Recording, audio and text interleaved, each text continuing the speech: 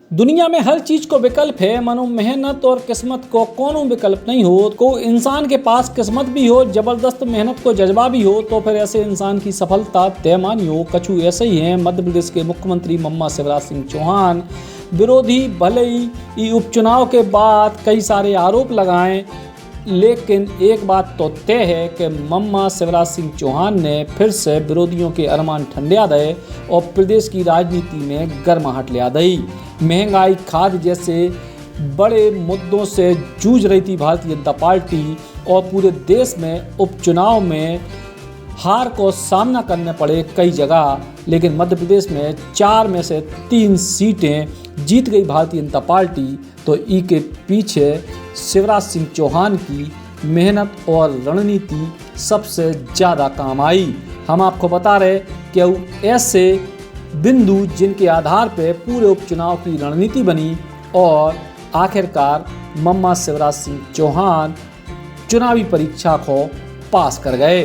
मुख्यमंत्री शिवराज सिंह चौहान ने अपने पूरो फोकस करे चुनाव प्रचार और चुनाव प्रबंधन पे, और यही बीच उनने लगातार लोगों से जुड़ाव की रणनीति बनाई। रोज संध्या के लगभग 2 घंटा बैठकें करी, जिनमें 1 लोकसभा और 3 विधानसभाओं की पूरी जानकारी ली जाती और निर्देश दिए जाते। चुनावी क्षेत्रों में 39 सभाएं करी, 25 नुक्कड़ सभाएं करी और 5 रातें गुजारी चुनावी क्षेत्र में।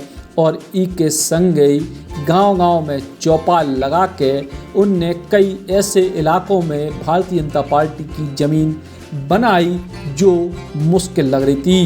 विशेष तौर पे जोबट में ग्रामीण चौपाल, बुरहानपुर में बैंडवालन के परिवार के नारुकवो और पृथ्वीपुर में केवट समाज के बीच रात्रि विश्राम करके मुख्यमंत्री ने अपनी चुनावी रणनीति को अंजाम दो। मम्मा शिवराज सिंह चौहान ने भाजपा संगठन और प्रदेश अध्यक्ष वी.डी. शर्मा के संगे भी पूरी समन्वय से काम करे, लेकिन एक के संगे चुनावी इलाकों के हिसाब से पहले से ही जो तैयारी करी गई थी वह तैयारी काम आई।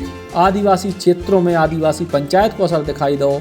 मुख्यमंत्री शिवराज सिंह चौहान ने 16 महत्वपूर्ण घोषणाएं करी आदिवासी वर्ग के लाने, और ई के संग आदिवासियों को आवासीय भू अधिकार योजना से अवगत करा के अपने पक्ष में ले आवे में कामयाब रहे मुख्यमंत्री। और चुनाव के टाइम किसान सम्मान निधि, कर्मचारियों को डीए बढ़ावो और ई के संग कई सारे मोर्चों पे अपनी पार्टी के कार्यकर्ताओं को और बड़े नेताओं को उन चुनावी क्षेत्रों में जोड़े रख के ये पूरी रणनीति को अंजाम दोगा।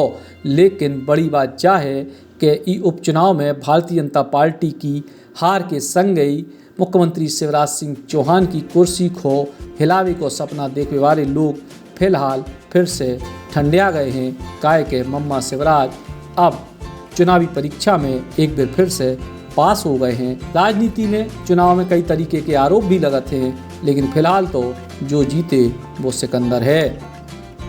सुनहरा भविष्य आपकी राह देख रहा है। एकलव्य यूनिवर्सिटी में चुनिए अपने मनपसंद करियर कोर्स जैसे engineering, agriculture, management, nursing, forensic science, journalism, PhD आदि में प्रवेश लें और अपने सपनों को नए पंख दे। एकलव्य यूनिवर्सिटी, सागर रोड। बुंदेली बौछार की शानदार खबरें और देसी मनोरंजन देखने के लाने सब्सक्राइब करें हमारे YouTube चैनल को और बेल आइकन दबावो ना भूलें। संगई फॉलो करें बुंदेली बौछार के Facebook पेज को।